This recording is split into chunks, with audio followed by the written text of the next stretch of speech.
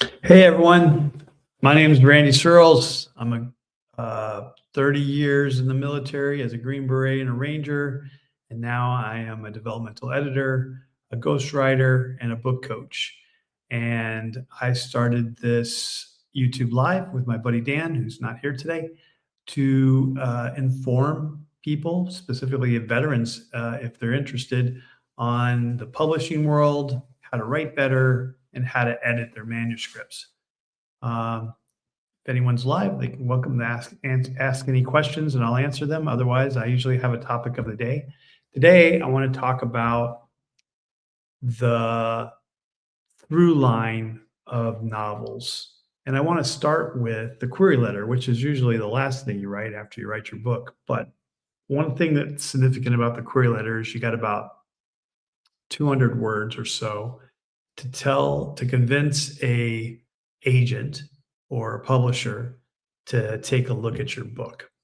And the best way to do that is you have a protagonist with a problem, and they usually have a really difficult question they need to answer.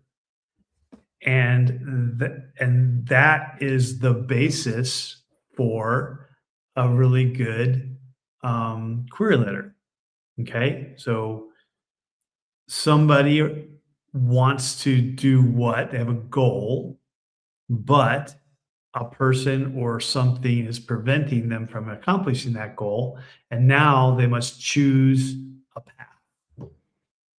Um, and so if you take that and flesh that idea, that one sentence, you flesh that out into 150, 200 words, and that is your query letter, except you need a little bio line and some comp titles and things like that.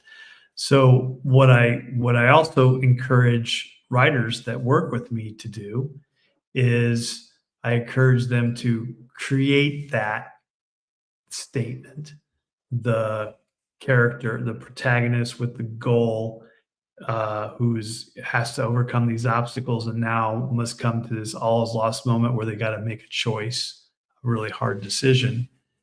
I challenge them to create that and use that as a guide when they're writing their whole book, because that's going to guide, that's going to be, you're going to have to, in the first act, you're going to have to set that up.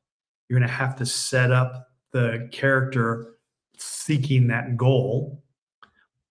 The obstacle, whether it's a person or a thing or something, is going to create the obstacles throughout the middle of the book until they get to a point where they have an all is lost moment where it's almost looks like they won't be able to accomplish their mission, and they have to choose whether they're going to go this route or this route to get to the end.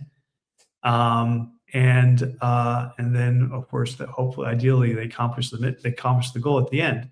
So this is really important. This is what we call the controlling idea in the story grid, because you're going to look at your chapters and see if it's moving the story forward, if we're moving the protagonist closer to their goal or farther away from their goal, which you can go either way, because it's supposed to, it'll be like the story grid is about a graph where the protagonist is going closer and farther away from their goal until they get to the all is lost moment at the highest value point, and then they go slide into the final act.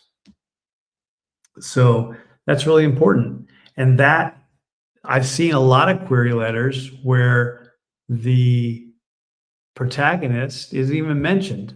They'll mention a lot of the setting, and they won't even mention what the object of desire or the goal of the protagonist is in that 200 words, because they're so obsessed with their setting, and their setting is really great and really detailed, and they have a lot of great stuff in the setting, but the setting is the setting, and it doesn't motivate the reader to get to the end of the book, because you need to carry that through with a plot and a character arc, and that's what's going to make the reader stick around.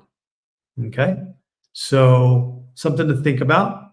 I think that is a really good place to start for your query letter.